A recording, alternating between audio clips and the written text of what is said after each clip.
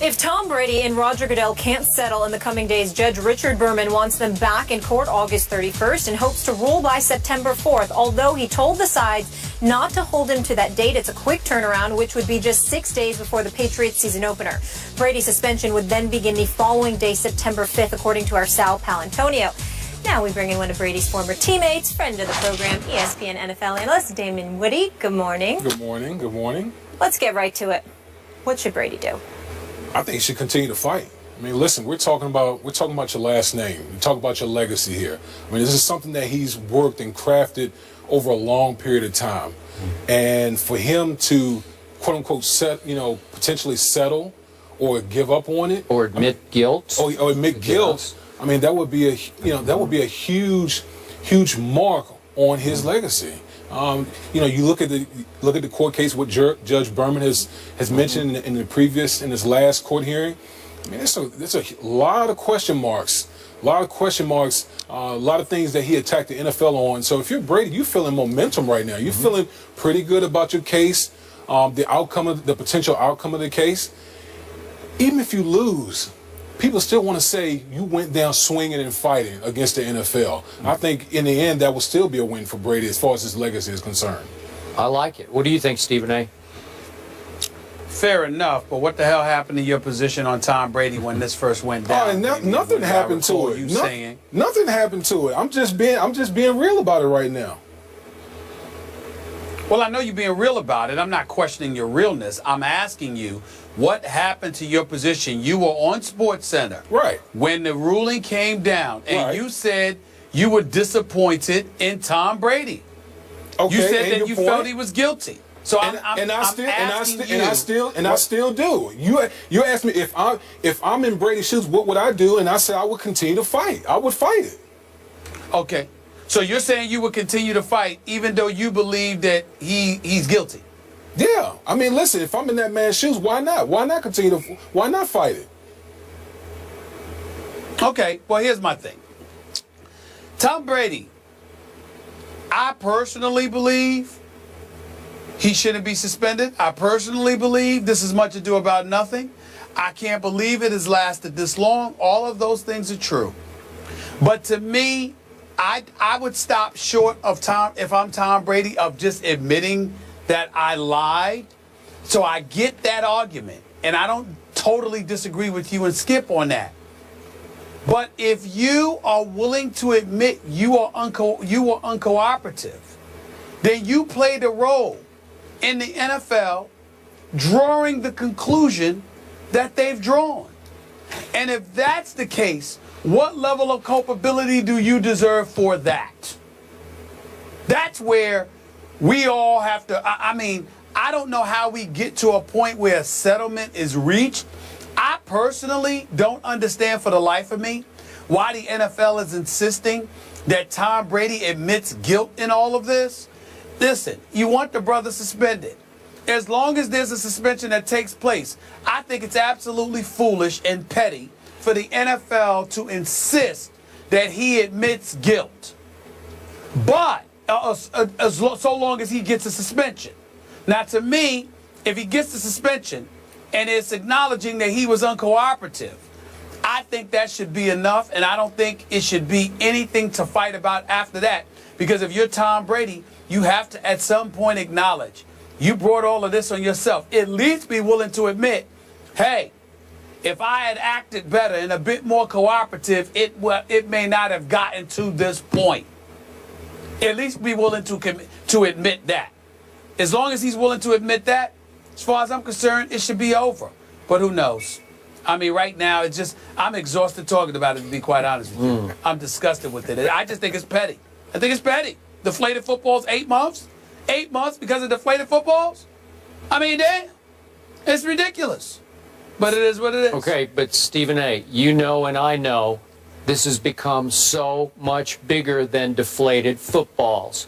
You know and I know this is about the power of the owners versus the players. Because one player, the superstar quarterback of the New England Patriots, last year's Super Bowl MVP, is willing to fight this to the legal death to try to take down the commissioner and his integrity and credibility, to question those to the point that you take him down and, to your point, maybe open Pandora's box in court where you say, uh-oh, the owners are now very vulnerable in court in ways they've never been before. That's what's, it's way beyond, was the ball this much or this much? That's what's happening.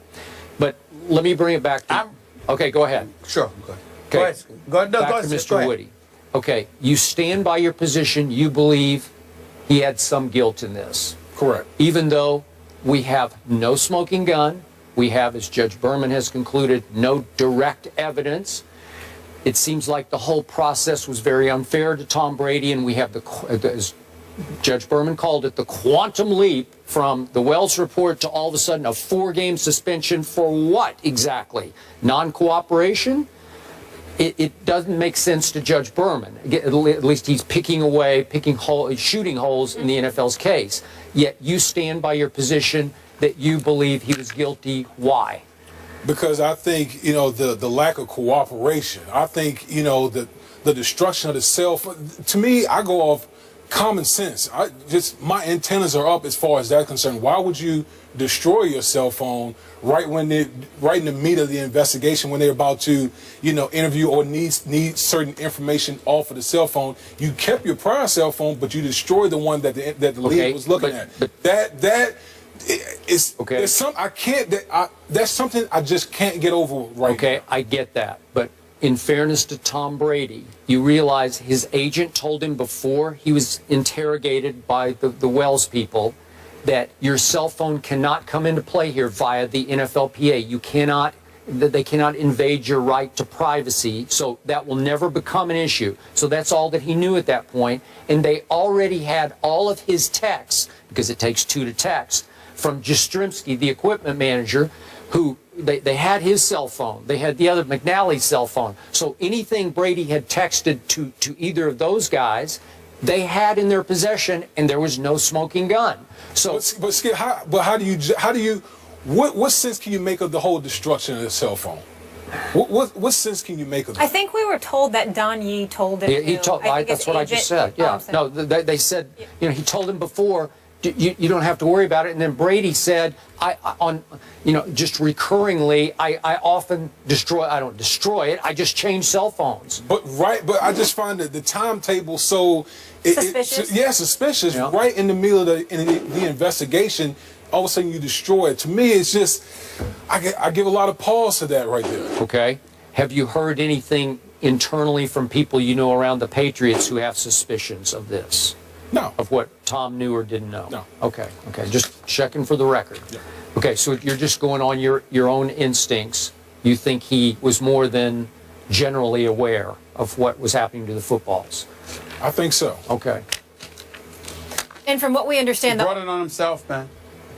The owners are split Brought here. it on himself, and that's and here's the bottom line. And, you know, listen. We constantly sit here. If a guy gets in trouble off the field, whether it's speeding at 143 miles per hour with a 12-year-old in the car, whether it's domestic abuse, domestic violence, whether it's child abuse or whatever the case may be, whether it is dudes that can't stay off the weed, it doesn't matter. There are so many issues that we get into that we use it as a teachable moment so guys moving forward won't make the same mistake. Well, in this case, why can't we do that? When it comes to Tom Brady, whether it was you lying, covering up for the Patriots organization, or just being aloof and dismissive because you were a puppet following the advice of the Players Association and their high-priced Michael Jordan-style lawyer with the innumerable billable hours and Jeffrey Kessler, the bottom line is that you came across as uncooperative to a league where Roger Goodell has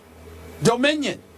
And they're challenging that right now. Now, you can challenge it, and if you win, good for you. Chances are, however, you'll lose. You have to know this. You have to anticipate it. And when the bosses call you and they tell you this is serious business, you need to step up and handle this as honestly and candidly and as forthcomingly as you possibly can. You have an obligation to do that. And Tom Brady didn't do that. So in the end, he is somewhat culpable for where we are today. He's not an innocent bystander in all of this. Okay. He just isn't. You have forced me to reply one last time to your position. I think he was an innocent bystander. And I believe that through the Wells interrogation, he was astounded that he was being accused of something he had zero knowledge of. And he was shocked that he was becoming the fall guy for a campaign to get the Patriots for both Spygate and Deflategate. He became the fall guy. Will you open your eyes? Will They're you wide open your eyes? Did you not just finish saying a few minutes ago that Bill Belichick threw him under the bus the next day?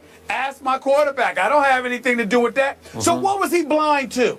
What was he blind to? If Bill Belichick comes out less than 24 hours after an AFC championship game win and says, don't ask me about that, I don't know anything about that, ask my quarterback, then shouldn't it have been clear? Is Tom Brady suddenly dumb? He can't see the forest from the trees? He couldn't see from that moment that he was being hung out to dry? I think he's a little naive. You gonna put all of this on Roger Goodell and Troy Vincent? I think he's a good guy. A little naive? Really? You gonna really sit up there and say that? Yeah, really? I'm gonna sit up here and say it because what have you said on this show numerous times? In the end, this is about protecting who in the organization? The head coach. Am I right about that? Do I think the head coach had knowledge of deflating footballs? Maybe. Wait a minute. Don't change the narrative. No, you asked you a question. Did you not say that Belichick threw him under the bus? Yeah. Less than 24 hours. So did the owner. All right, then. So what was the naivete? Where was the naivete then? From that moment forward, you knew they were coming for you because Belichick said he had nothing to do with it. And then the Wells investigation report came out, and they exonerated Belichick and his staff. Who else was left? Who was left? Okay, and then what did I tell you 2 days after the Wells report? That 3 people close to Tom Brady had told me he is now declaring war on the commissioner. Didn't I tell you that? Sitting right here? And what's happened? Not only has he fought the war through court, he's winning. As Damien just said. That is not what I said. Hold on. First of all, don't give me some winning during the court because we don't know that, number one. And number two, what I said was your coach threw you under the bus. So from the moment he threw you under the bus, according to Skip Bayless, how was he naive to what was going on then? Well, he was up to that point. Yeah. I mean, it was less than 24 hours after the game. Yeah. Okay, well, they were all So that means he knew from that moment it was going to be on him. But Bob Kraft was defending Tom Brady at that point, and Brady was like, I don't know anything about it. He was laughing about it.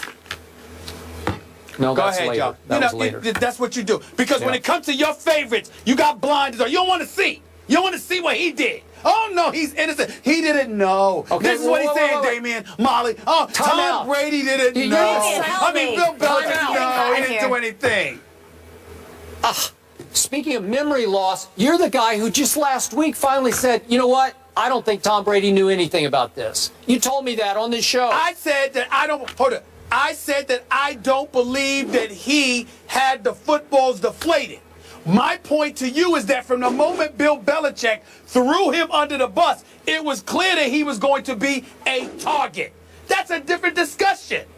It was clear he was going to be a target. So how you going to sit up there and say he was naive to what was potentially transpiring once Bill Belichick acknowledges, I got nothing to do with this. You need to ask my quarterback. Well, that way it wasn't clear then that he was in the hot seat? No, he had his owner on his side. And then all of a sudden, his owner sold him out and took all the punishment. Took the penalties. Sorry, but we have to go to break. Luckily, this is not over, and we have plenty more time to talk about it again. August 31st, that's when they need to settle by, and potentially September 5th would be the date if the punishment was instilled then. Damien, thanks so much for joining us. He didn't know. Oh, no problem. All right, we move on to another vet, but this time in the NBA. Which one of these vets were voted as the favorite by the NBA's new rookie class? You might find this list interesting. That's coming up next.